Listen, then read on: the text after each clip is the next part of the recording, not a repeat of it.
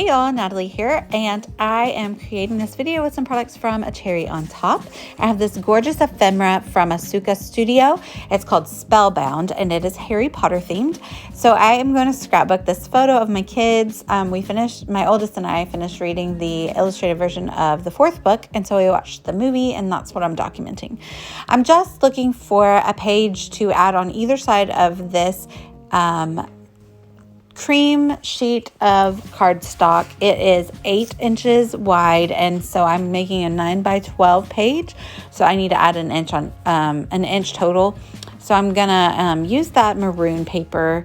It's from my stash, but it's a really old Harry Potter collection, so I just cut a couple strips of it. I'm gonna add on either side of this cream paper. So I'm just using my ruler as a guide on creating 9 inches here.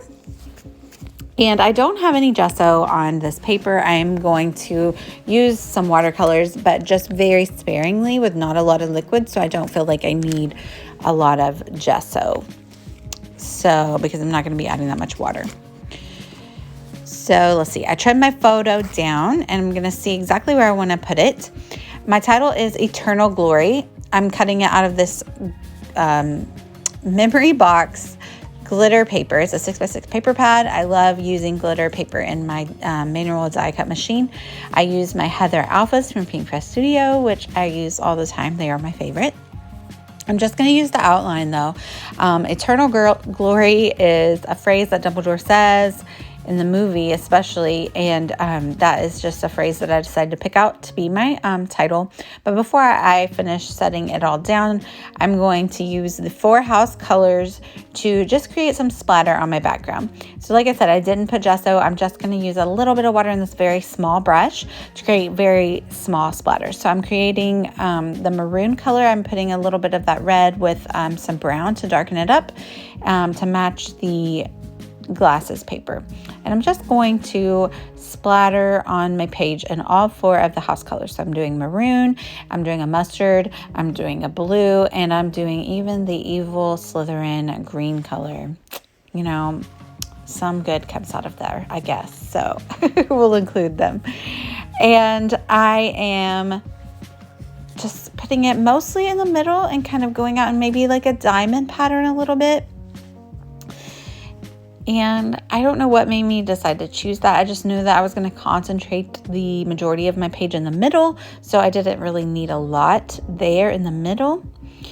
I have pulled out those little stickers from Paper House Productions, but I actually don't end up using them. So I'm pulling out the outline for the title and deciding where I want it to go. And I did look through my stash for like a journaling card, but I couldn't really find one to put my journaling on. So I decide to pull out a stamp set that I have from Heidi Swap. It's a storytelling grid. And I'm going to use some stamps directly onto my layout and use that block to include my handwritten journaling. So I know it's a little tricky stamping directly onto your layout, but what I like to do before I use this grid is to test it all out on some scrap paper. So I'm figuring out exactly where I want it to go, and then I'm going to grab my a few Harry Potter themed stamps that I have in my stash and my scrap paper, and I'm going to figure out exactly which stamps that I want on the storytelling grid before I apply it directly onto my scrapbook page. So I use this Ranger ink pad. I just received this for Christmas. I'm not gonna lie, I'm a little disappointed in it. It's not super juicy, and I know I can re-ink it, but I end up switching to my Catherine Pooler black ink, and I have had that for a while, and I've never had to re-ink it, and it's just as crisp. So that's just my 2 cents on the ink pads. There's nothing wrong with it, except I have to press a lot harder to get a really good impression, whereas with the Catherine Pooler ink, it's just easier. So I put a 4 up there because it's the 4th book. I thought about adding in this badge, but I actually changed that when I put it on my original layout because I want to use the ephemera. I put a wand up the side, and now I'm putting the title of the book in stamped ink as well. And those are the little alphas that just come with the storytelling grid stamp. So I'm seeing how it fits and I'm liking it. I'm happy with it. I do make a few adjustments once I start putting it on the original page though.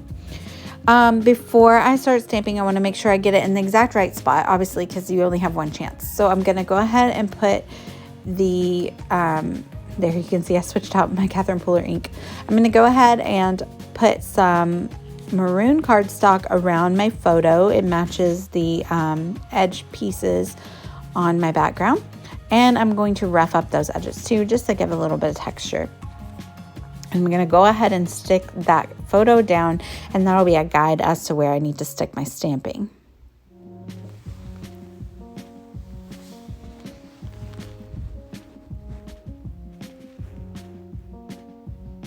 And so I'm kind of like looking at it to see exactly where I want to stick down my photo. And again, I did it a little too far to the left, but it's fine.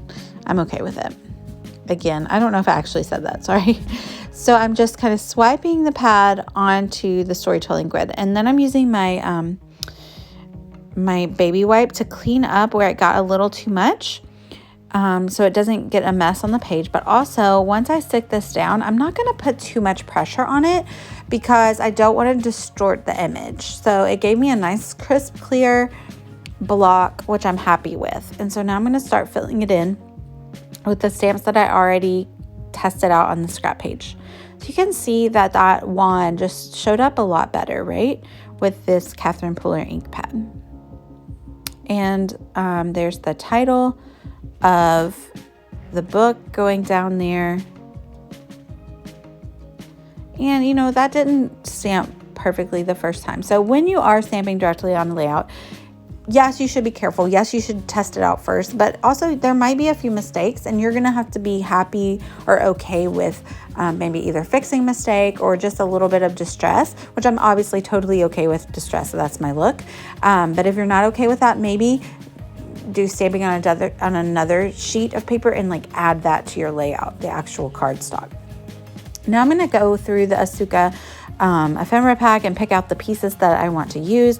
I said, I'm going to replace the Harry Potter badge there with the ephemera bit.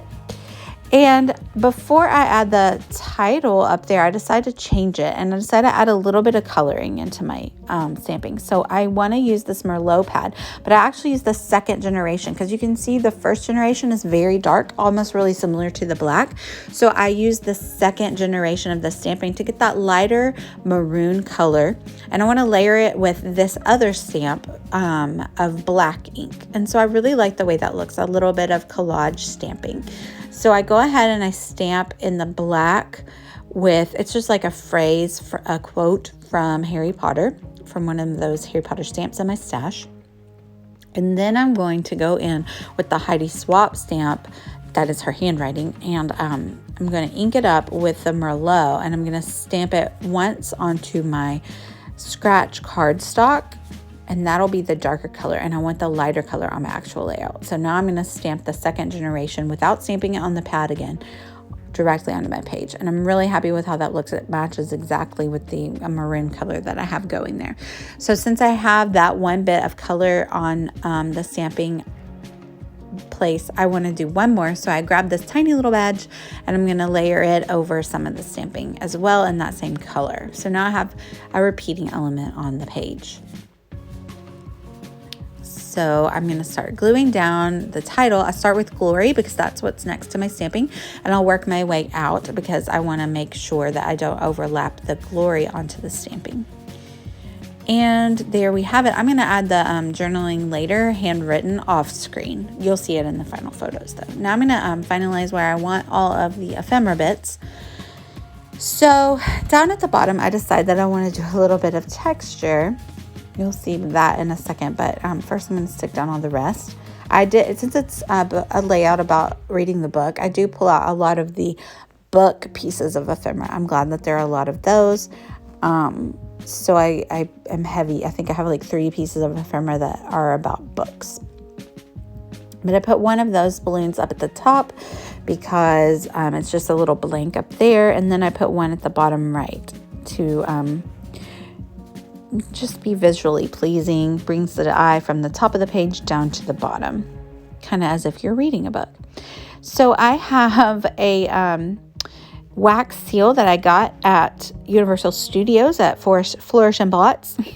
So I'm going to use that. It is a Deathly Hallows sign. I actually have a tattoo of that as well. So I'm real big into the Deathly Hallows sign. And I'm going to use that wax there, and I'm going to do it in a really unsafe way. I'm holding an open flame over my page here in a minute, y'all. Don't do that. I know that Honeybee Stamps actually just released a lot of wax seals and a really great system for adhering wax to your page. I need to look into that. But for now, I'm going to light this wax stick on fire, and I'm going to hold it over my page and drip it onto my page. I'm overlapping it onto the ephemera, and then I'm going to stick down the feather that I have there, and then use the wax seal to adhere the feather into the wax as a good little bit of texture there. Again, it is unsafe. You might light your page on fire. Maybe do it in a different way, but it worked for me. I want some texture on that piece up at the top as well, so I grabbed some fuzzy twine kind of stuff, and I just wrap it around a couple of times. It's similar to the feather, but not exactly the same. I didn't want too many feathers on the page. I wanted it to be special, so I stick that down at the top with the twine, and I am happy with those 2 bits of texture there. And that's it. I'm going to put my links down below if you would like to go shopping with my affiliate link. I would love it. Let me know if you have any questions. The Asuka brand has a lot of really beautiful, whimsical collections. So if Harry Potter isn't your thing, still check it out. They're really beautiful.